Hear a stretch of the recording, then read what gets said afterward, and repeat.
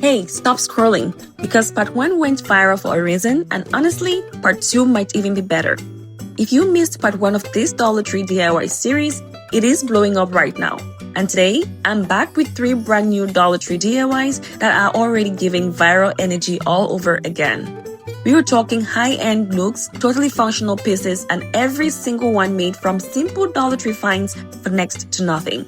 My name is Nora G, and welcome to my Nook. These are not your average Dollar Tree crafts. I'm showing you how to turn inexpensive items into decor and organizers that look like they came from a designer store. Now the real question is, are these actually better than part 1? Well, you have to watch and decide for yourself. But I think you already know the answer. Let's get into it, and if you missed part 1, the link is right here on your screen and in the description box below. So for our first project, I grabbed one of these large wooden cutting boards from Dollar Tree. And if you've been watching Dollar Tree DIY trends lately, then you already know these boards are becoming incredibly popular. To elevate it even more, I placed this wooden arch underneath for support while I worked, because I knew I wanted to build some detail around the borders and it needed the board to be lifted slightly off the surface. For the border detail, I'm using Dollar Tree tumbling tower blocks or Jenga blocks. And honestly, these little blocks continue to be one of the most versatile craft supplies Dollar Tree has ever stocked, because you can create so many elevated pieces with them. First things first, I grabbed painter's tape and mapped out a simple striped pattern across both sides of the board. The reason I wanted pattern on both sides is because I had this idea of making this tray fully reversible.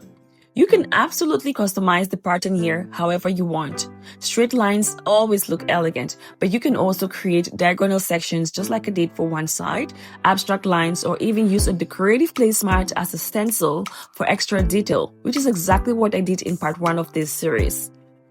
And if you missed that video, I highly recommend watching it because that project has been doing incredibly well. Once my tape was in place, I used burnt umber chalk paint to stain the board. I covered the entire surface, both front and back, because I wanted rich depth in the wood tone without losing that natural grain underneath. If you don't have chalk paint, regular wood stain works beautifully here too, and even Dollar Tree brown acrylic paint diluted slightly with water can give you a very similar effect.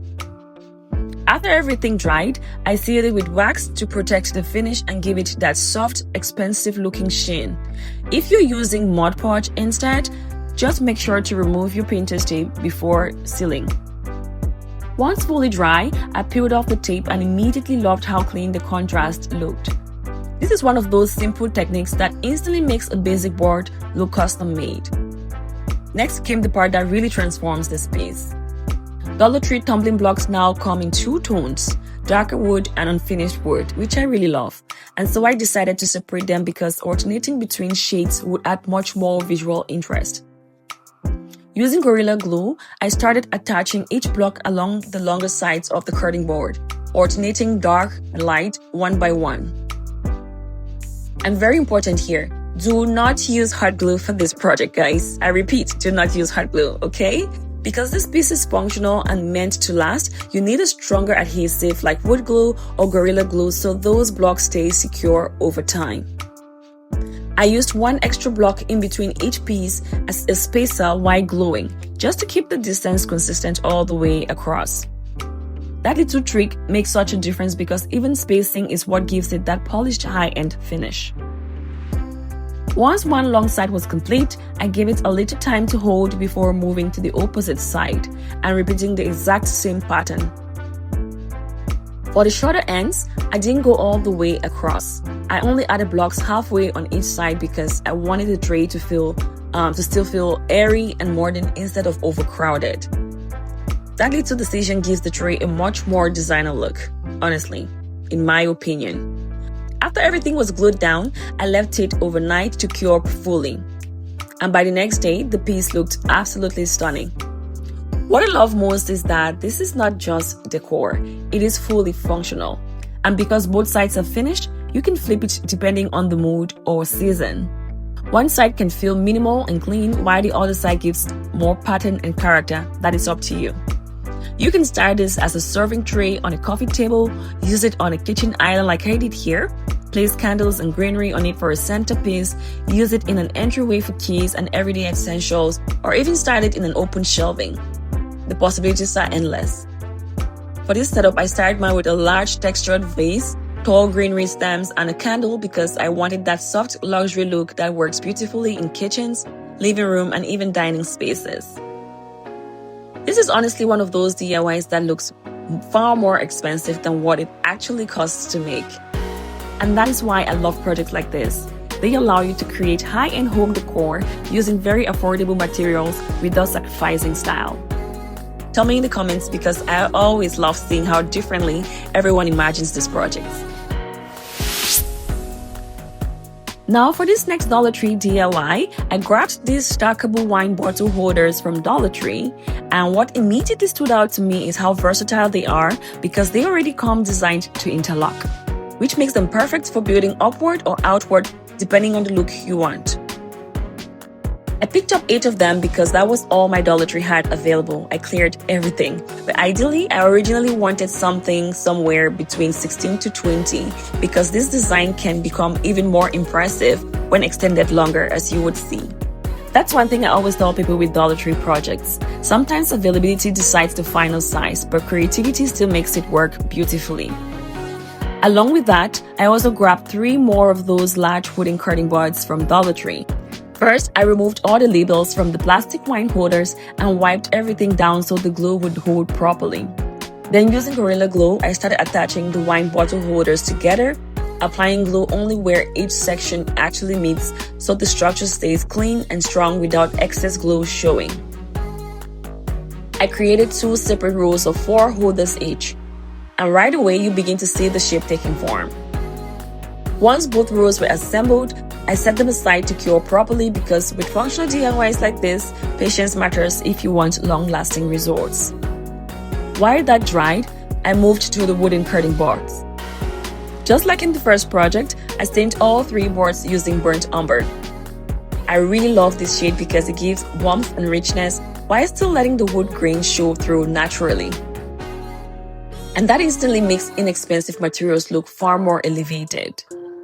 You can absolutely use wood stain here if you prefer, but chalk paint works beautifully too, just like I had mentioned, and even diluted brown acrylic paint gives a similar look. After staining both sides, I sealed each board with wax so the finish would feel smooth, protected, and more polished. Once dry, it was time for the assembly. I glued 1 completed stack of wine holders directly onto 1 curtain board, making sure everything was centered and aligned properly before pressing down. That alignment is extremely important because once everything is stacked, even a slight shift becomes noticeable. Then I added glue to the opposite side of that stack and attached the second curtain board. At this stage alone, you already have a beautiful compact wine rack that comfortably stores 4 bottles. And honestly, even if you stopped here, it already looks modern and elegant enough for a kitchen counter, dining area, or bar corner. But I wanted to push it further, so I added my second stack of 4 holders beside it, then I attached the third curtain board. And immediately it transformed into something that looks custom made. Let it fully cure overnight. The overall structure now stores 8 bottles, but what I love most is how clean the design feels. Simple lines, modern shape, no unnecessary wall, just functional design. And actually, the word of the day today is functional, guys. Obviously, because this pieces perfectly defines what functional decor should be. So please do comment functional down below. Functional will be something beautiful, but also something that genuinely serves a purpose in your home. That's always my favorite kind of DIY because you are not just making decor for the sake of decor, okay? You're creating something you actually use. Originally, I wanted 5 full stacks, which would have made this whole 20 bottles and look even more dramatic. That version would be stunning for a larger bar area or entertaining space. But even with 8 bottles, this still looks incredibly elevated and costs much less than buying a similar wine stand. But the final result honestly surprised me because it looks so much more expensive than the materials used. But then I thought, why stop there? To really show how versatile these Dollar Tree curtain boards are, I placed the reversible tray from DIY number 1 directly on top. And suddenly, this became more than just a wine stand. Now it functions as a wine rack, a serving tray surface, and even a compact side table all at once. And that is exactly the kind of multifunctional project people love because it solves multiple needs in one piece. Simple Dollar Tree materials, minimal tools, but the final results look like something far beyond the cost. And this is exactly why these cutting boards and stackable holders keep selling out so quickly. Because once you start seeing what they can become, the possibilities are endless. Now tell me honestly, would you use this mainly as a wine stand, a side table, or keep it styled exactly like this with the tray on top? For this last project, I grabbed 2 of the smaller Dollar Tree cutting boards and 3 of these newer medium-sized stackable drawers. And if you have not seen these drawers yet, they are noticeably bigger than the smaller version I used in part 1, which immediately opens up to so much more possibilities for storage and organization. These ones are $3 each at over a Dollar Tree because, hello, that's not Dollar Tree anymore, okay? But honestly, it's still very affordable considering how useful they are. Before doing anything, I removed all the labels and wiped everything down thoroughly. Then I stacked all 3 drawers and used Gorilla Glue between each layer, making sure every edge lined up cleanly because once this dries, alignment really makes a big difference. After that, I set the drawers aside to cure properly and moved on to the cutting boards. For the base, I wanted to create a little elevation, so I grabbed these square wooden beads from Dollar Tree and used just 4 of them as legs underneath one cutting board. That tiny detail may seem small, but it immediately gives the finished piece a much more custom furniture-like feel. Originally, I planned to stain the cutting boards just like the earlier projects, so everything would stay in the same wood tone family. But halfway through, I changed my mind because I already knew I wanted to gift this one to my sister-in-law, and her decor style leans heavily towards white. She loves white. So instead, I painted both cutting boards white using white chalk paint. You can absolutely use acrylic paint here too if that's what you have. It took about 3 coats to fully cover the wood while still keeping the finish smooth and even. After painting, I sealed everything and set it aside to dry completely. While that dried, I worked on what becomes one of my favorite details in this project, the drawer knobs. I found these little wooden decor pieces at Dollar Tree that honestly look like miniature mushrooms, but I immediately saw knobs instead. And that's something I love about Dollar Tree crafting, guys. Sometimes an item is not used for what it was originally meant for at all. Most times, in my case, okay? I only needed 3 of them. So to make them easier to work with, I temporarily attached each one onto small wooden blocks using hot glue. I specifically used hot glue here because I knew I wanted to remove them later, easily after finishing. Then using a fine brush, I applied Mod Podge over each one and carefully added gold leaf. You can definitely use gold spray paint if you want a quicker option, but gold leaf gives a richer shine and catches light beautifully in a way spray paint sometimes doesn't. I wrapped the gold leaf around each piece, almost like wrapping a candy, pressing gently so it adhered well and properly. Once dry, I used the dry brush to remove any excess leaf and reveal that soft metallic finish.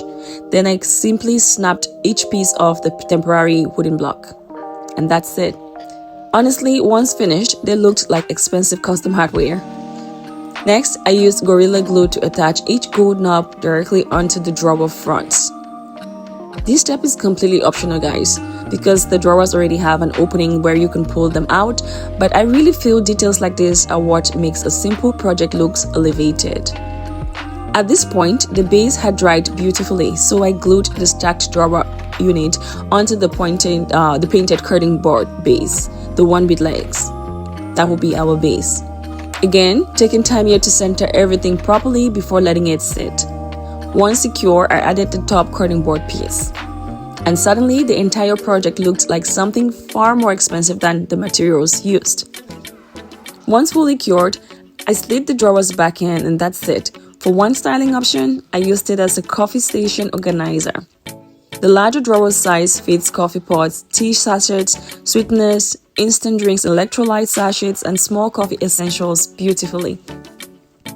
And that instantly makes any coffee station feel cleaner and more intentional.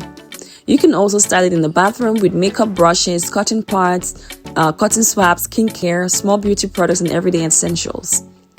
These will also work beautifully on a vanity in a guest bathroom like one of you suggested in part 1 of my video. I loved that idea.